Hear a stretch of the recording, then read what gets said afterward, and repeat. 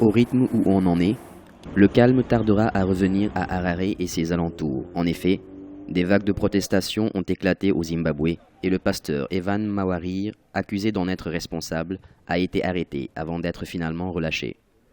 Mais ce n'est pas pour autant qu'il a sombré dans le mutisme. Il a appelé les Zimbabwéens à poursuivre la grève générale pour dénoncer les pratiques du régime de Robert Mugabe. Le président zimbabwéen n'a pas manqué d'accuser Mawarire comme incitateur à la violence à l'occasion d'une cérémonie de funérailles d'un responsable gouvernemental à Harare, la capitale. Mawarire et ceux qui croient en ce mode de vie dans notre pays ne font pas partie de nous. Notre pays est un état de droit et nous ne tolérerons pas ces débordements.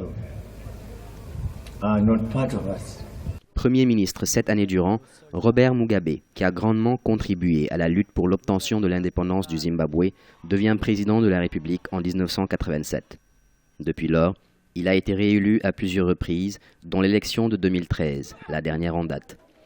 Entre-temps, plusieurs manifestations ayant laissé place à des scènes de violence ont eu lieu. Les plus récentes, organisées par Evan Mawarire, dénoncent la crise économique sans précédent que traverse le pays depuis le début des années 2000. Une crise aggravée cette année par une sécheresse. Le président Robert Mugabe dit ne pas faire la même lecture de la situation.